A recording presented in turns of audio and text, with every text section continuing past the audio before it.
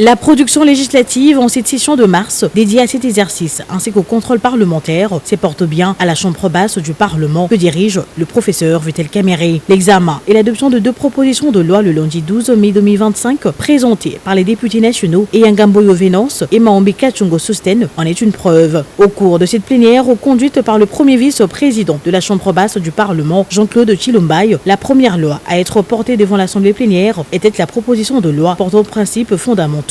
relatifs à la pêche et l'aquaculture en RDC du député national Maombi Kachungo Sosten. Avec cette proposition de loi, l'auteur entend mettre à la disposition de la République un texte de loi qui cadre avec la situation actuelle, étant donné que la loi en vigueur date du décret du 21 avril 1937. 88 ans plus tard, une réforme de cette loi ainsi que la proposition d'une loi en ce qui concerne l'aquaculture s'impose afin de garantir à la population une sécurité et une stabilité alimentaire ainsi que nutritionnelle indispensables à leur survie.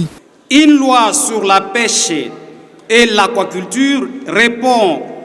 premièrement à un impératif urgent et immédiat, celui d'assurer à nos populations qui malheureusement en manquent cruellement la garantie d'une sécurité et d'une stabilité alimentaire et nutritionnelle indispensable à leur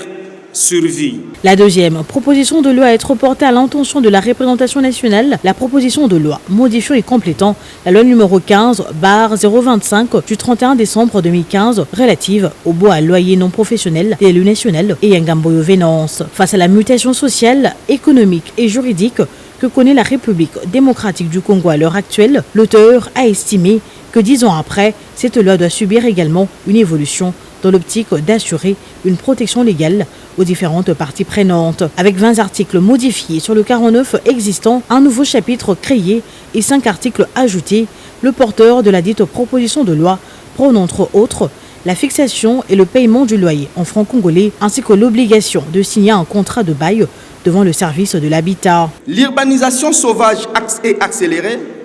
les loyers exorbitants, la prolifération d'acteurs non régulés, la dollarisation systémique du marché locatif alors que le pouvoir d'achat des Congolais est mis à rythme par la volatilité monétaire, les expulsions sommaires des locataires, les pratiques informelles et les litiges récurrents, les cautions excessives,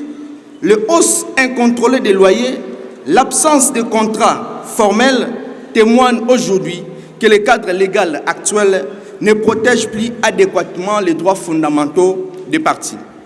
L'examen d'une proposition de loi appelant à un débat conformément à l'article 158, alinéa 2 du règlement intérieur de la Chambre basse du Parlement, les élus du peuple se sont versés aux questions, suggestions et recommandations. Cependant, les élus se sont accordés sur la recevabilité de ces deux textes de loi qui ont été envoyés en commission environnement, tourisme, ressources naturelles et développement durable et la commission socio-culturelle qui ont 15 jours pour rendre leur rapport à la plénière. Bien avant l'examen et l'adoption de ces deux propositions de loi, la question des immunités du député national Matata Mponyo s'est invitée à la discussion. Le président de séance, le professeur Jean-Claude Chilombaye, évoque l'article 69 de la Constitution et invite les élus à faire confiance aux démarches déjà amorcées par le speaker de la Chambre basse du Parlement, le professeur Vital Kamerhe.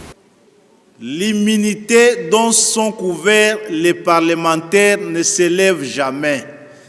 Elle est inscrite à l'alinéa 1er de l'article 107 de notre Constitution. Elle est absolue, elle est inconditionnée, elle est définitive et d'ordre public. Et la dernière fois, moi j'ai entendu l'honorable président ici, il vous a dit, parce que nous lui faisons confiance et que nous l'avons élu pour ça, pour nous représenter, qu'il prenait à bras le corps le problème et qu'il devrait s'entretenir avec le président de la Cour constitutionnelle. Et que aussi il avait souligné qu'il allait s'adresser